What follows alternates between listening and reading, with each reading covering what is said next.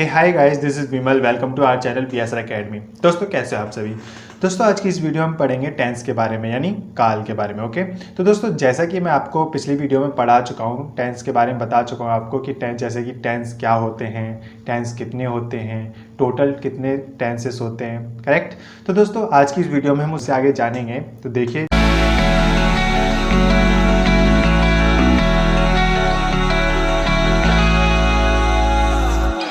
तो दोस्तों जैसे कि मैंने आपको बताया था, हमारे 3 प्रकार के टेंसेस होते हैं: present tense, past tense, future tense, correct. तो दोस्तों ये टेंसेस के बारे में मैं बता चुका हूँ आपको, और पिछली वीडियो में बताया था जैसे कि जो हमारे अभी मेन 3 टेंसेस थे, तो उनके टोटल पार्ट्स जो होते हैं वो 4 पार्ट्स में डिवाइडेड होते हैं ना। तो हमारे 3 मेन टेंस होते हैं, उनके 4 भागों में उन्हें बांट दिया जाता है, जैसे कि यहाँ पे आपको दिखाया गया पिछली वीडियो में, जैसे कि मैंने आपको बताया था, ठीक है। तो एक बार फिर से देख लीजिए। तो हमारे जो मेन टेंसेस हैं, जैसे प्रेजेंट टेंस, पास्ट टेंस और फ्यूचर टेंस, ये तो हमारे मेन टेंसेस हैं ना। तो इन्हीं टेंसेस को हम जो बराबर 4 हिस्सों में बांटते हैं, तो वो ये 4 टाइप्स हैं, ठीक है। तो मैंने पिछली वीडियो में आपको क्लियर करवा ही दिया है। तो ये प्रेजेंट टेंस के 4 पार्ट्स हैं, और ये पास्ट टेंस के 4 पार्ट्स हैं, ये फ्यूचर टेंस के 4 पार्ट्स हैं, ठीक है। तो ऐसे करके 4 4 4 टोटल टेंसेस कितने हो गए? 12, ठीक है।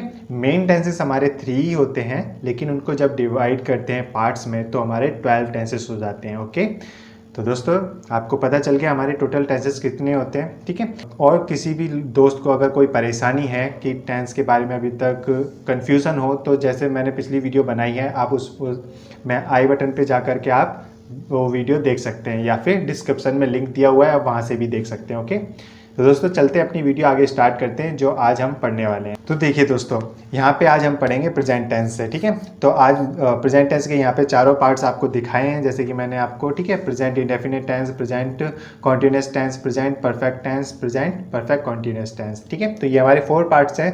तो लेकिन आज इस वीडियो में इन चारों में से हम पढ़ेंगे पहला वाला पार्ट, यानी प्रेजेंट इंडेफिनिट टेंस के बारे में आज इस वीडियो में हम जानेंगे। ओके, तो चलिए दोस्तों, तो देखिए दोस्तों, अब यहाँ से हमारा पहला टेंस स्टार्ट होता है, ठीक है। फर्स्ट टेंस स्टार्ट हो रहा है प्रेजेंट इंडेफिनिट टेंस से। ओके, तो देखिए आइडेंटिफिकेशन इसकी क्या है, यानी पहचान क्या है।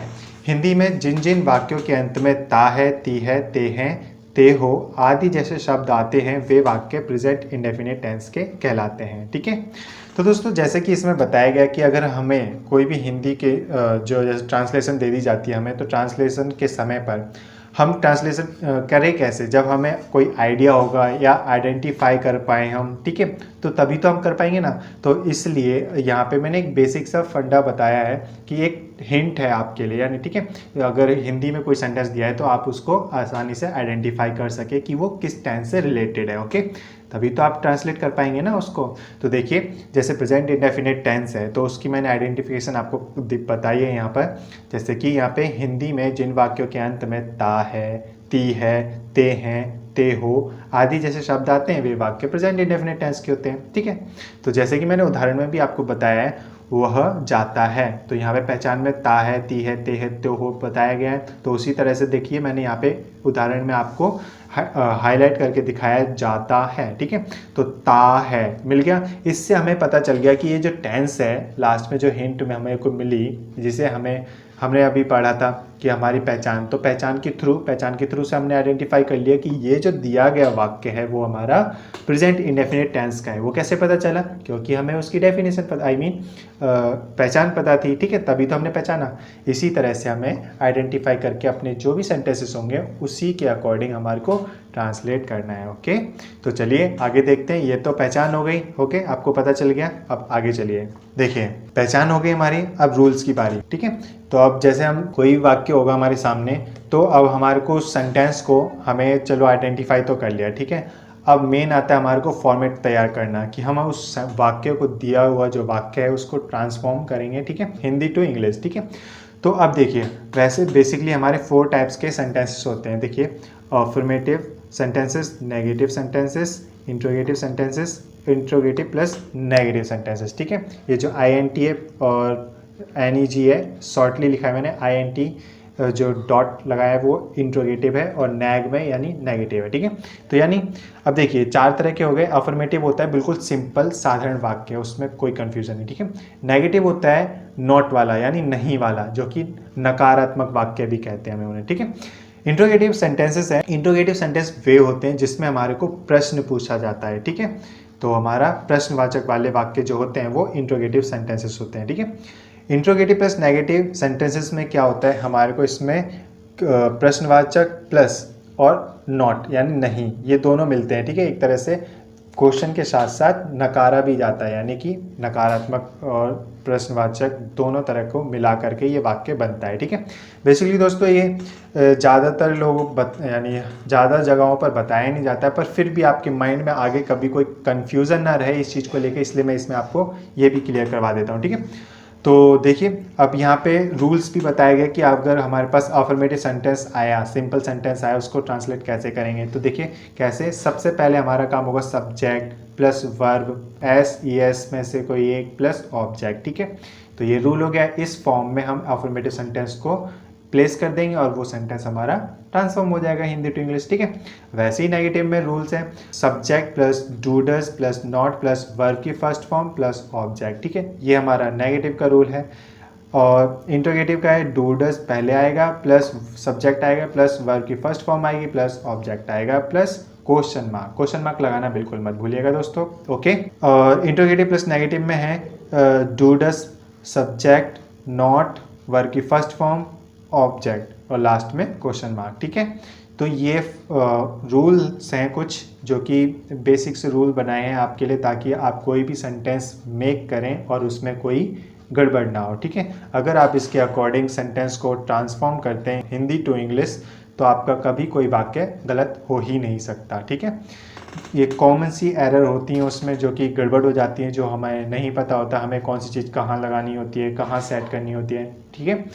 तो उसी चीज़ से बचने के लिए आपके लिए रूल्स बनाए गए हैं। और जैसे यहाँ पे एस और यस का यूज़ है, थोड़े आपको कुछ चीज़ें नज़र आ रही होंगी, एस और यस, डू और डज, ठीक है। तो इसका यूजेस भी आपको आगे क्लियर करवा देता हूँ मैं, चलिए। देखिए दोस्तों अभी हमने रूल्स जाने, अब रूल्स में कुछ यूजेस आए थे कॉमन, ठीक है। तो अब कुछ यूजेस हैं, यहाँ पे देख लीजिए, यूज़ ऑफ एस और यस, ठीक है। अब देखिए एस और यस कहाँ यूज़ किया जाता है। अब he, she, it, any name and singular subject, ठीक है। यानी कि जो एस और यस होगा तो वो कहाँ यूज़ होगा, वो इन दिए हुए सब्जेक्टों के साथ इस्तेमाल होगा। अब वो कैसे होगा, देखिए अब जो ये ही, सी, इट, एनी नेम या कोई भी सिंगुलर सब्जेक्ट होगा उसके साथ जो वर्ब आएगी यानी कि जो क्रिया आएगी उस क्रिया में एस और यस का यूज़ होने वाला है, ठीक है। तो जो जहाँ पे रूल मैं अभी बताया था एस और यस, तो उस रूल में जो एस यस होगा वो तभी यूज़ होगा, ये सिर्फ प्रेजेंट इंडेफिनिट अफर्मेटिव सेंटेंस के लिए यूज़ है बस एस और यस का, बाकी आपको कहीं यूज़ नहीं मिलेगा एस और यस का। वो सिर्फ प्रेजेंट इंडेफिनिट टेंस का अफर्मेटिव यानी सिंपल सेंटेंस में ही एस और यस का यूज़ करना और बाकी कहीं नहीं करना है, ठीक है।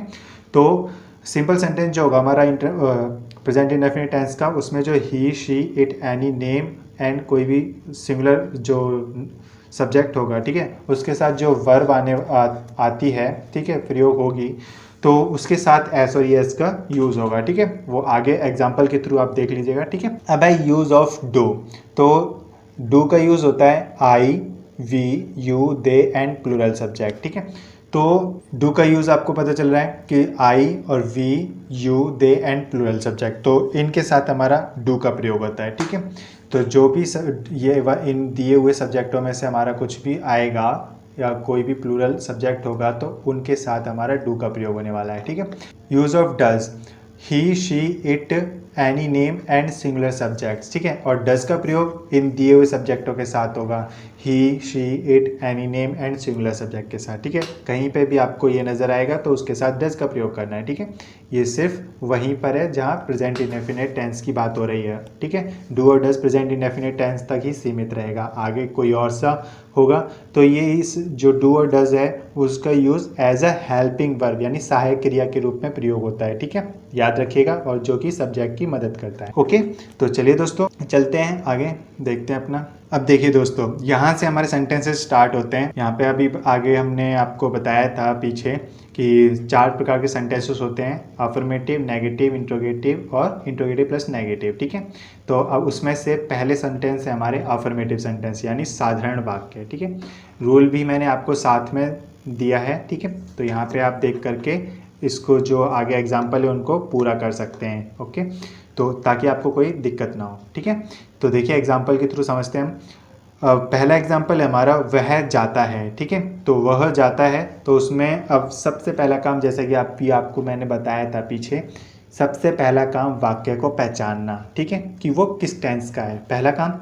दूसरा काम कि वो वाक्य किस तरह का है जिसके अकॉर्डिंग हमें ट्रांसलेट करना है। ठीक है, कि कहने का मतलब है कि वो वाक्य सिंपल है, नेगेटिव है, इंट्रोगेटिव है या इंट्रोगेटिव प्लस नेगेटिव है। ठीक है, तो चारों वाक्यों में से पहचानना होगा कि वाक्य किस तरह का है।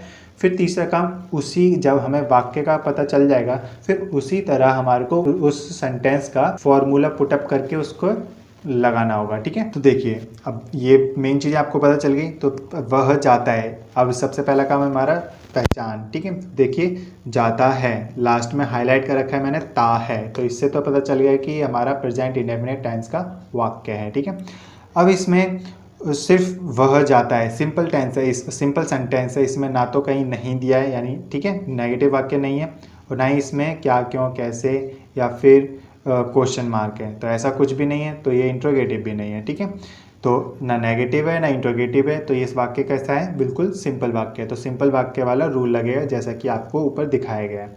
तो सब्जेक्ट, तो अब चूज़ करेंगे हम, इसमें से देखेंगे वह जाता है, तो इसमें सब्जेक्ट कौन सा है, तो वह। ठीक है, सब्जेक्ट दोस्तों वो होता है कि जो कि काम करने वाला होता है। ठीक है, यानी कर्ता जिसे कहते हैं हम, और हेड ऑफ द फैमिली भी आप मान के चल सकते हो, यानी कि उस वाक्य का हेड कौन है। ठीक है, यानी कि मुखिया कौन है, तो वो वह है जो कि काम कर रहा है। तो वह जाता है, तो ही है, ही लग गया। ठीक है, तो वह का ही होता है, पर वह भी 2 प्रकार के होते हैं, एक लड़की के लिए एक लड़के के लिए। अगर जाती यानी लड़की होती तो शी होता, और वह जाता है तो लड़का है तो लड़की के लिए ही। ठीक है, कंफ्यूज मत होइएगा आप। तो वह जाता है तो ही, और जाता ठीक है वर्ब है हमारा जाता, तो जाता के लिए होता है गो को लगा दिया, फिर एस और यस में से दिया है तो एस और यस में से लगेगा यहाँ पे कुछ। तो जैसा कि अभी बताया था, तो ही शी इट या कोई भी नाम होगा उसके साथ जो वर्ब आएगी, तो वर्ब यहाँ पे आई है गो, और यहाँ पे सब्जेक्ट हमारा ही मिला, तो उसके साथ वर्ब के साथ क्या लगेगा, एस और यस में से कोई एक। तो यस हाईलाइट करके आपको दिखाया है, तो ये जुड़ गया तो क्या बन गया, ही गोज। ठीक है, तो इस तरह से हमारा वाक्य पूरा हो गया, ऑब्जेक्ट इसमें कुछ है नहीं। ओके, अब देखिए अगला वाक्य है हम पुस्तकें पढ़ते हैं। तो हम पुस्तकें पढ़ते हैं, अब वही काम हमारे को करना है, पहले पहचान, फिर वाक्य की पहचान, और फिर उसके बाद वो किस टाइप का सेंटेंस है। ठीक है, और फिर फॉर्मूला लगाना। तो ते हैं से पता चल रहा है कि हमारा प्रेजेंट इंडेफिनिट टेंस है। ठीक है, जैसा कि हमने पहचान में पढ़ा था। और दूसरा इसमें है ना तो इसमें कोई नहीं दिया हुआ है। ठीक है, यानी कोई नकारा नहीं गया काम करने से, और ना ही इसमें कोई प्रश्न पूछा गया है, तो सिंपल। अब हमारा बचा सिंपल वाक्य यानी अफर्मेटिव सेंटेंस, तो अफर्मेटिव वाला ही रूल लगाएंगे जैसा कि ऊपर आपको दिख रहा है रूल। अब देखिए हम पुस्तक पढ़ते हैं, तो इसमें सबसे पहला काम सब्जेक्ट ढूंढना। सब्जेक्ट क्या है, कौन पढ़ता है, तो काम कौन कर रहा है यहाँ पे, हम। ठीक है, तो हमारा सब्जेक्ट हो गया हम, तो हम का क्या होता है, वी लिख दिया। अब है वर्ब, वर्ब क्या है, इसमें क्या काम हो रहा है, पढ़ने का, तो पढ़ने का क्या होता है, रीड लिख दिया। उसके बाद एस और यस, तो एस और यस इसमें नहीं लगेगा, क्योंकि दोस्तों आपको बताया था सिर्फ सिंगुलर सब्जेक्ट के साथ जो वर्ब आती है उसी के साथ एस और यस लगता है, लेकिन वी जो है वो प्लूरल सब्जेक्टों में काउंट होता है। ठीक है, तो देखिए हो गया, तो एस और यस का कन्फ्यूजन खत्म। अब आते हैं ऑब्जेक्ट, ऑब्जेक्ट की बारी। ऑब्जेक्ट क्या है, काम क्या हो रहा था यहाँ पे, पढ़ने का, और पढ़ा किसे जाता है, पुस्तकों को, तो ऑब्जेक्ट क्या है, पुस्तक। ठीक है, तो वी रीड बुक्स, कंप्लीट हमारा ये सेंटेंस। अगला देखिए, अब है राजू फुटबॉल खेलता है। ठीक है, तो ता है से तो पता चल रहा है ये हमारा प्रेजेंट इंडेफिनिट टेंस का वाक्य है, और इसमें ना तो कहीं पे किसी काम को करने से मना किया गया यानी नहीं है, नहीं दिया हुआ है इसमें, और ना ही कोई क्वेश्चन यानी कि प्रश्न भी नहीं पूछा हुआ है। ठीक है, तो बचा हमारा बिल्कुल सिंपल वाक्य है। ठीक है, तो सिंपल सेंटेंस वाला हम फॉर्मूला लगाएंगे। तो अब देखिए सबसे पहला काम सब्जेक्ट ढूंढना, तो सब्जेक्ट क्या है हमारा, राजू। ठीक है, राजू।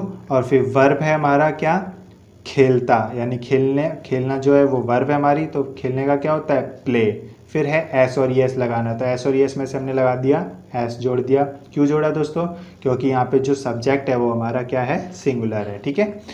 क्योंकि एक नाम दिया हुआ है तो वो सिंगुलर हो गया, अगर एक से दो नाम होते तो वो प्लूरल बन जाता, तो यहाँ पे एस और एस में से नहीं लगता, ठीक है। अब यहाँ सिंगुलर है, एक वचन है, तो इसलिए उसकी वर्ब के साथ यानी क्रिया के साथ एस और एस में से कोई एक लगा हुआ है, यानी एस जुड़ा हुआ है, ठीक है। तो राजू प्लेज क्या खेलता है, फुटबॉल, तो वो ऑब्जेक्ट हो गया, तो फुटबॉल, तो राजू प्लेज फुटबॉल, ठीक है। तो इस तरह से अफर्मेटिव सेंटेंस साधारण वाक्य आप बनाएंगे, पहले पहचान करके, फिर उसके बाद जो फॉर्मूला है वो लगाना है इसमें। इस तरह से आप अफर्मेटिव यानी सिंपल सेंटेंस आप आसानी से ट्रांसलेट कर सकते हैं, ठीक है। चलिए आगे। अब यहाँ देखिए, अभी हमने सिंपल सेंटेंस देखे, अब यहाँ पर है नेगेटिव सेंटेंसेस यानी नकारात्मक वाक्य, यानी कि कोई भी काम करने से मना कर देना, तो वो किस में आते हैं, नेगेटिव में आते हैं, यानी नकारात्मक वाक्य में आते हैं, ठीक है। अब देखिए रूल आपको दिखाया हुआ है, साथ में साथ सब कुछ मैंने आपको बताया यहाँ पर। अब देखिए एग्जाम्पल देख लीजिए, तुम पुस्तक नहीं पढ़ते हो, ठीक है, तो नहीं पढ़ते हो यहाँ पे मना कर दिया काम करने से, तो ये इससे तो पता चल गया ना हमारा नेगेटिव है, और लास्ट में ते हो दे रखा है, इससे पता चल गया हमारा ये प्रेजेंट इंडेफिनिट टेंस का है। तो वाक्य और टेंस दोनों की पहचान हो गई, तो हमारा उसी के हिसाब से रूल लगा देंगे। रूल तो मैंने आपको सामने दिया हुआ है, तो उसी के हिसाब से अपना ट्रांसलेट करते हैं। देखिए पहला है सब्जेक्ट, तो सब्जेक्ट अब देखेंगे, सब्जेक्ट हमारा इसमें क्या है, तुम का क्या होता है, यू, ओके, हो गया। अब यहाँ पे दिया है सब्जेक्ट के बाद डू और डज में से कोई एक लगाओ, तो यहाँ पे हमने तो लगाया, सब्जेक्ट हमारा यू दे रखा है, यू क्या हमारा प्लूरल सब्जेक्ट होता है, तो उसके साथ डू का प्रयोग होता है, ठीक है। तो डू हमने लगा दिया, फिर है नॉट भी लिख दिया, फिर है वर्ब की फर्स्ट फॉर्म, ठीक है। तो वर्ब क्या है, इसमें क्या काम हो रहा है, पढ़ने का, तो पढ़ने का क्या होता है, रीड, लिख दिया। और ऑब्जेक्ट क्या है इसमें जो बच गया, पुस्तक, ठीक है, तो पुस्तक का होता है बुक, तो you do not read book, ठीक है। तो यहाँ पे कंप्लीट हो गया वाक्य। अब उसी तरह से अगला वाक्य है, देखिए राहुल पार्क नहीं जाता है, ठीक है। ता है से हमारा टेंस क्लियर हो गया, प्रेजेंट इंडेफिनिट टेंस है, नहीं से पता चल गया कि ये नकारात्मक वाक्य है, ठीक है। अब वही वाला रूल लगा देंगे हम, नेगेटिव वाला ही। तो पहला काम सब्जेक्ट क्या हमारा राहुल, ठीक है, और राहुल डू और डज में से कोई एक, तो हमारा डू डज में से कोई एक लगेगा, तो यहाँ पे राहुल एक नाम है, एक वचन है, ठीक है, सिंगुलर सब्जेक्ट है, तो सिंगुलर सब्जेक्ट के साथ क्या लगता है, डज लगता है। जैसे अभी आपको बताया था ना पीछे कि ही शी इट एनी नेम, यानी कोई भी नाम, तो यहाँ पे एक नाम आ गया, तो ये सिंगुलर हो गया, तो सिंगुलर सब्जेक्ट के साथ हमारा डू डज में से क्या लगता है, डज लगता है, ठीक है। फिर है नॉट का नॉट लिख दिया, वर्ब की फर्स्ट फॉर्म वर्ब क्या है इसमें, जाता, तो जाना का क्या होता है, गो, फर्स्ट फॉर्म हो गया गो, तो कहाँ जाता है वो, पार्क जाता है, तो वो ऑब्जेक्ट हो गया, तो गो टू पार्क, ठीक है। और दोस्तों किसी भी जगह पर एक जगह से दूसरी जगह जब जाते हैं तो टू का इस्तेमाल करते हैं, तो गो टू पार्क, ठीक है। तो इस तरह से Rahul does not go to park, इस तरह से हमारा ये वाक्य कंप्लीट हो गया, ठीक है। नेगेटिव सेंटेंस आपको समझ में आ गया, डू डज का भी दिक्कत खत्म। आगे चलिए अगले वाक्य देखते हैं। अब देखिए दोस्तों, हमारे अफर्मेटिव सेंटेंस नेगेटिव सेंटेंस हो गए, अब यहाँ पे बारी आती है इंट्रोगेटिव वाक्य की, ठीक है। इंट्रोगेटिव वाक्यों में क्या होता है, जिसमें प्रश्न पूछा जाता है, यानी कि क्वेश्चन किए जाते हैं। अब देखिए यहाँ पे रूल भी आपको दिया है, do does plus subject plus verb की first form plus object plus question mark लगाना बिल्कुल भी ना भूलना, ठीक है। तो दोस्तों देखिए यहाँ पे पहला एग्जाम्पल है, क्या वह घर लौटता है, ठीक है। तो अब इसको हम ट्रांसलेट करेंगे। अब देखिए रूल में बोला गया है डू डज में से पहले कोई एक लगाइए, तो डू डज कैसे लगाएंगे, हमें आपको बताया था, डू डज का प्रयोग हम सब्जेक्ट के अकॉर्डिंग करते हैं। तो सबसे पहला काम क्या होगा हमारा, सब्जेक्ट को आइडेंटिफाई करना है। तो सब्जेक्ट इसमें क्या है, तो सब्जेक्ट है हमारा वह, ठीक है, मुखिया इस वाक्य का कौन है, वह, तो वह घर लौटता है, तो लड़का है, तो लड़के के लिए वह के लिए क्या लगता है, ही लगता है, तो पता चल गया सब्जेक्ट ही है। तो ही हमारा क्या होता है, सिंगुलर होता है, सिंगुलर के साथ क्या लगेगा, डू डज में से डज लगेगा, ठीक है। तो डज सब्जेक्ट हो गया ही, फिर उसके बाद है वर्ब की फर्स्ट फॉर्म, वर्ब क्या है, वर्ब है लौटना, ठीक है, लौटना का क्या होता है, रिटर्न, हो गया। फिर ऑब्जेक्ट क्या हमारा, घर, तो घर का होता है हो, ठीक है, और लास्ट में क्वेश्चन मार्क, हो गया। तो इस तरह से हमारा वाक्य पूरा हो गया, does he return home, okay, clear. अगला वाक्य है, अगला वाक्य है क्या राम और श्याम पत्र लिखते हैं। ठीक है, अब देखिए यहाँ पे वही सेम रूल को फॉलो करना है, डू डज में से पहले कोई लगाना है एक। तो अब देखिए यहाँ पे राम और श्याम, अब आप कंफ्यूज हो होंगे, ये तो नाम है, तो नाम तो होता है सिंगुलर, करेक्ट। तो पर यहाँ पे दोस्तों नाम तो सिंगुलर होता है, लेकिन यहाँ पे एक नहीं दो नाम है, राम और श्याम, तो ये क्या हो गया, प्लूरल हो गया। तो प्लूरल के साथ क्या होता है हमारा, डू का प्रयोग होता है। ठीक है, तो do Ram and Shyam subject हो गया। फिर है वर्ब की फर्स्ट फॉर्म, वर्ब क्या है इसमें, लिखते, यानी लिखने का काम, तो ये वर्ब हो गया, तो लिखना क्या होता है, राइट हो गया। फिर है ऑब्जेक्ट, ऑब्जेक्ट क्या हमारा, पत्र। ठीक है, तो write a letter, do Ram and Shyam write a letter. ठीक है, तो इस तरह से हमारा ये वाक्य भी कंप्लीट हो गया। तो दोस्तों इस तरह से हम इंट्रोगेटिव वाक्य बनाएंगे। ओके, कोई दिक्कत तो नहीं आ रही आपको। चलिए दोस्तों अब आगे चलते हैं, अगला वाक्य देखते हैं। अब देखिए, अब इंट्रोगेटिव भी हो गया, अब हम यहाँ पे है इंट्रोगेटिव प्लस नेगेटिव सेंटेंस, प्रश्नवाचक प्लस नकारात्मक वाक्य है। ठीक है, रूल आपके सामने, do does plus subject plus not plus verb की first form plus object plus question mark. Okay, अब एग्जाम्पल के थ्रू देख लीजिए आप। देखिए पहला वाक्य हमारा, क्या वह चाय नहीं पीता है। ठीक है, अब यहाँ पे देखिए प्रश्नवाचक, तो प्रश्नवाचक वाक्य तो है ही है, लास्ट में पता चल रहा है प्रश्नवाचक वाक्य और शुरू में क्या है। ठीक है, क्वेश्चन किया गया है। और नकारात्मक कैसे पता चल रहा है, क्योंकि इसमें बीच में नहीं दिया हुआ है। ठीक है, यानी कि कोई भी काम करने से मना किया गया है, और प्रश्न के साथ क्या वह काम पूछा जा रहा है, यानी पूछा जा रहा है। ठीक है, तो क्या वह चाय नहीं पीती है। ठीक है, तो अब देखिए अकॉर्डिंग टू रूल हम फॉलो करेंगे। तो सबसे पहले है डू डज में से कोई एक, तो सब्जेक्ट के हिसाब से हम डू डज लगा लेंगे, तो सब्जेक्ट क्या हमारा, वह, और ये वह लड़की के लिए कि लड़के के लिए, तो देखिए लास्ट में पीती है, यानी लड़की के ऊपर जा रहे हैं, तो लड़की के लिए क्या होता है, वह का शी होता है। ठीक है, और शी हमारा क्या होता है, सिंगुलर सब्जेक्ट होता है, तो सिंगुलर सब्जेक्ट के साथ हमारा क्या लगता है, डज। ओके, तो हमने डज लिख दिया। फिर उसके बाद शी, यानी वह का शी हो गया, सब्जेक्ट भी हो गया। फिर उसके बाद नॉट, तो नॉट भी लिख दिया हमने। और वर्ब की फर्स्ट फॉर्म, वर्ब की फर्स्ट फॉर्म क्या है, वर्ब की इसमें क्या है, पीती, तो पीने का क्या होता है, वैसे दोस्तों ड्रिंक होता है, लेकिन जब भी हम कोई चाय कॉफ़ी पीते हैं तो हम ड्रिंक वर्ड का यूज़ नहीं करते, हम टेक लगाते हैं। ठीक है, तो यहाँ पे टेक क्या पीती है वो, टी, तो टेक टी, हम ये नहीं बोलेंगे ड्रिंक टी, ड्रिंक कॉफ़ी, नहीं, हम क्या बोलेंगे, टेक टी, अगर कॉफ़ी है तो टेक कॉफ़ी। ओके, तो ऐसे ही हम जब भी हम नाश्ता करते हैं, लंच करते हैं, डिनर करते हैं, तो दोस्तों आप वहाँ पे ये मत कहिएगा eating breakfast, eating lunch, eating dinner, ऐसा नहीं बोलना है आपको। ठीक है, जब भी आप कोई नाश्ता लंच या फिर डिनर कर रहे होगे तो आप हमेशा क्या बोलोगे, I am taking lunch, I am taking breakfast, I am taking dinner. Okay, ऐसे, या I take lunch, I take breakfast, ऐसे करके बोलना है, यानी टेक वर्ड यूज़ करना है, ईटिंग वर्ड का नहीं। वैसे ही कॉफ़ी या चाय के लिए ड्रिंक वर्ड नहीं, टेक टी या टेक कॉफ़ी वर्ड ऐसे कर इस्तेमाल करना है। ठीक है, अगर आपको ना पता होगा तो अब पता चल गया होगा, आगे से कोई गलती ना करना आप। ठीक है,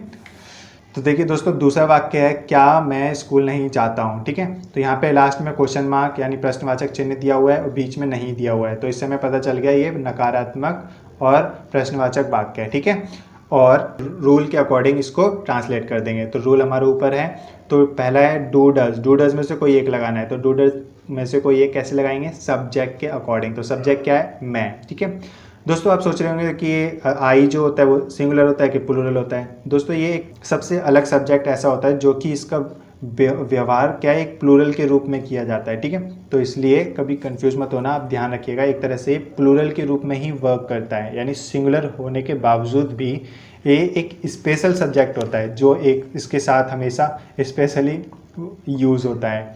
अब देखिए, तो आई है तो आई के साथ डू का यूज़ होगा। ठीक है, तो डू आई, फिर नहीं के लिए नॉट, जैसा ही रूल में बोला है। फिर है वर्ब की फर्स्ट फॉर्म, वर्ब क्या है इसमें, जाना, तो जाना का क्या होता है, गो। ठीक है, और कहाँ जाता है, गो टू स्कूल, तो ऑब्जेक्ट हमारा हो गया और लास्ट में क्वेश्चन मार्क। ठीक है, इस तरह से हमारा ये वाक्य भी कंप्लीट हो गया। तो आपको इंट्रोगेटिव प्लस नेगेटिव वाला वाक्य भी समझ में आ गया होगा। तो दोस्तों उम्मीद है आपको समझ गए होंगे। चलिए आगे देख लीजिए दोस्तों, जो अभी मैंने आपको 4 वाक्य बताए थे पीछे, उन चारों में से तो ये चारों के चारों हो गए, लेकिन अभी भी एक टाइप के वाक्य बचे हैं जो कि आपने शायद सुने होंगे, जिन्हें हम WH फैमिली के नाम से भी जानते हैं। ठीक है, तो WH फैमिली वाले वाक्य हैं जो कि हमारे को किस तरह से बनाने हैं वो देख लीजिए आप। ये देखिए यहाँ पर है हमारे WH फैमिली वाले वाक्य, ठीक है। अब दोस्तों WH फैमिली हम इन्हें क्यों कहते हैं, क्योंकि दोस्तों ये WH से स्टार्ट होते हैं, जैसे कि वॉट W से स्टार्ट हुआ, WH से, ठीक है। वॉट, हाउ क्या H से स्टार्ट हुआ, ऐसे ये W और H से ये स्टार्ट होते हैं, बट इसलिए इनको हम WH फैमिली बोल देते हैं, ओके। हम क्वेश्चन वर्ड भी बोल सकते हैं इनको, ओके। तो दोस्तों मैंने आपको यहाँ रूल दिखाया हुआ है, देखिए आपको दिख रहा है कि WH family plus do does plus subject plus verb की first form plus object plus question mark, ठीक है। वैसे ही एक अगला है WH फैमिली पहले, फिर डू डज में से कोई एक plus not plus subject plus verb की first form plus object plus question mark. ये पूरा का पूरा सेम हमारा जो होता है वो इंट्रोगेटिव वाक्यों जैसा ही होता है, ठीक है। बस इसमें WH फैमिली ऐड हो जाती है और कुछ नहीं, बाकी कुछ अलग है ही नहीं, सब कुछ सेम प्रोसेस हमारा इंट्रोगेटिव सेंटेंस जैसा ही है, ठीक है। यानी प्रश्नवाचक जो वाक्य अभी हमने किए थे सेम प्रोसेस उसके जैसा ही है, बस एक क्वेश्चन वर्ड जुड़ जाता है जो कि हमारा WH फैमिली से जुड़ा होता है, ठीक है। अब देखिए एग्जाम्पल के थ्रू से देखिए, अब है सुनीता क्या करती है। टी है से तो हमारा टेंस का पता चल गया कि ये प्रेजेंट इंडेफिनिट टेंस का वाक्य है, ठीक है।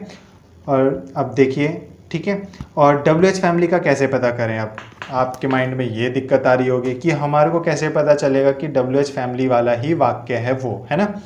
तो देखिए कभी भी आपको जो हमारे क्वेश्चन वर्ड होते हैं जो हम करते हैं, जैसे क्या, क्यों, कैसे, ऐसे जो वर्ड आते हैं यानी क्वेश्चन पूछने में जो काम आते हैं शब्द, वो वाक्य में अगर कहीं पे आपको किसी भी वाक्य में बीच में नज़र आएगा ना क्वेश्चन वर्ड, तो वो उस टाइम पे आपको ध्यान रखना है कि उस समय पे आपको उस ट्रांसलेशन में उस वाक्य को ट्रांसफॉर्म करने के लिए WH फैमिली वाले शब्द का इस्तेमाल करना होगा, ठीक है। अभी तक हमने जो इंट्रोगेटिव वाक्य किए वो तो सिंपल इंट्रोगेटिव वाक्य थे, जो कि हम क्या शब्द था, क्या शब्द के लिए हम एक्चुअल में इंग्लिश में क्या वर्ड यूज़ करते हैं, वॉट का, है ना। बट हमने वहाँ पे हेल्पिंग वर्ब यूज़ की। लेकिन जब भी आगे अगर आपको कहीं पे भी क्या, क्यों, कैसे वाक्य के बीच में मिलेगा, ठीक है, तो उस समय पर आपको हमेशा WH फैमिली वाला वर्ड यूज़ करना होगा, ओके। तो देखिए सुनीता क्या करती है, तो यहाँ पे सबसे पहले बोला गया WH फैमिली में से कोई एक, ठीक है। तो WH फैमिली इसमें बोला गया है क्या, तो क्या का होता है हमारा वॉट, लिख दिया हमने वॉट, ठीक है। फिर उसके बाद बोला है डू और डज में से कोई एक लगाना है, तो वो हमारे को लगाना होता है सब्जेक्ट के हिसाब से। सब्जेक्ट हमारा क्या है, सुनीता हमारा एक नाम है यानी सिंगुलर है सब्जेक्ट, तो सिंगुलर सब्जेक्ट के साथ क्या लगता है, डज, तो व्हाट डज, और सब्जेक्ट हो गया सुनीता, व्हाट डज सुनीता, ठीक है। अब यहाँ पे आती है वर्ब की फर्स्ट फॉर्म। तो वर्ब क्या है, काम क्या हो रहा है, करती है, तो वो क्या करती है, ठीक है। पूछा जा रहा है सुनीता क्या करती है, तो करने का क्या होता है डू, ठीक है। तो ये वर्ब हो गया। ऑब्जेक्ट हमें दिया नहीं तो हमारा वाक्य यहीं फिनिश हो गया और लास्ट में क्वेश्चन मार्क लगा दिया, ओके। तो what does Sunita do, okay. तो ये वाक्य हमारा कंप्लीट। दूसरा एग्जाम्पल है वे स्कूल क्यों नहीं जाते हैं, ठीक है। सेकंड एग्जाम्पल में पूछा गया है कि वे स्कूल क्यों नहीं जाते हैं। अब यहाँ पे क्यों आ गया, तो इससे हमारे को पता चल गया ये हमारा WH फैमिली वाले वाक्य हैं, ठीक है। सवाल किया जा रहा है, तो अब यहाँ पे हम क्यों, ठीक है, तो WH फैमिली में से कोई एक, तो वो हो गया वाई, ठीक है। क्यों का होता है वाई। फिर है डू डज में से कोई एक, वो सब्जेक्ट के हिसाब से लगाना है। सब्जेक्ट इसमें क्या है वे, तो वे क्या होता है, वे का होता है हमारा दे, ठीक है। दे हमारा प्लूरल होता है, तो दे के साथ क्या लगता है डू, तो वाई डू दे, ओके। फिर इसमें बोला है नीचे वाले रूल में नॉट, क्योंकि इसमें नहीं दिया गया ना, तो नहीं के लिए नॉट लगेगा, तो नहीं के लिए नॉट हो गया। अब है फिर उसके बाद वर्ब की फर्स्ट फॉर्म, वर्ब क्या है जाते, तो जाने का क्या होता है गो, हो गया। फिर है ऑब्जेक्ट, कहाँ जाते हैं वो, स्कूल जाते हैं, तो गो टू स्कूल, और लास्ट में क्वेश्चन मार्क, हो गया। तो वे स्कूल क्यों नहीं जाते हैं, तो why do they not go to school, okay, complete. तो ये वाक्य भी अभी हमारा पूरा हो गया। तो दोस्तों इस तरह से WH फैमिली वाले भी आप आसानी से कर लोगे। उम्मीद है आपको समझ आ गया होगा, कुछ मुश्किल नहीं है इसमें, बस आपको सिर्फ WH फैमिली वाले में से वर्ड जो पूछा बोला जाएगा वो आपको बस पता होना चाहिए, बाकी सेम प्रोसेस आपका इंट्रोगेटिव वाक्य यानी प्रश्नवाचक वाक्य जैसा ही होता है, ओके। तो आपको कोई दिक्कत नहीं होगी, आई होप। तो चलिए दोस्तों आगे देख लीजिए। तो देखिए दोस्तों कुछ मैंने आपको WH फैमिली के कॉमन वर्ड्स दिए हैं, देख लीजिए यहाँ पे why, what, how, who, where, which, when, while. तो दोस्तों आप इन्हें नोट कर लीजिएगा, आपके काम आएंगे, आपको ट्रांसलेशन करने में कोई दिक्कत नहीं आएगी। आपको WH फैमिली कहीं पे भी नज़र आती है तो आपको याद होगा, तो आप आसानी से उसको कर सकेंगे, ओके। तो दोस्तों इस वीडियो में हमने जाना प्रेजेंट इंडेफिनिट टेंस के बारे में, ठीक है। तो प्रेजेंट इंडेफिनिट टेंस की आपको मैंने पहचान करवा दी, रूल्स करवा दिए और उनके यूजेस जो जो आए थे एस और एस का, डू का, डस का, है ना। और WH फैमिली के भी वाक्य आपको बता दिए कि वो किस तरह से बनाए जाएंगे। कुछ मुश्किल नहीं है, तो दोस्तों आपको अच्छे से समझ में आया होगा। अगर फिर भी आपको कोई डाउट हो तो आप मुझे कमेंट करके बता सकते हैं, मैं आपका डाउट जरूर क्लियर करूंगा। ओके, तो दोस्तों कैसी लगी आपको ये हमारी वीडियो, कमेंट करके बताएं हमें, और हमारी वीडियो को लाइक करें और जितना हो सके उतना शेयर करें और हमारे चैनल को सब्सक्राइब करें और बेल आइकन दबाना बिल्कुल ना भूलें। ओके, ताकि हमारी जो भी आगे वीडियो आएगी आपकी नोटिफिकेशन आपको मिलती रहेगी, कोई भी वीडियो आपसे मिस नहीं होगी, ठीक है। तो दोस्तों अगली वीडियो बहुत जल्द आने वाली है, आप हमारे साथ बने रहिएगा। तो दोस्तों मिलते हैं अगली वीडियो में, तब तक के लिए जय हिंद दोस्तों, take care yourself, bye friends.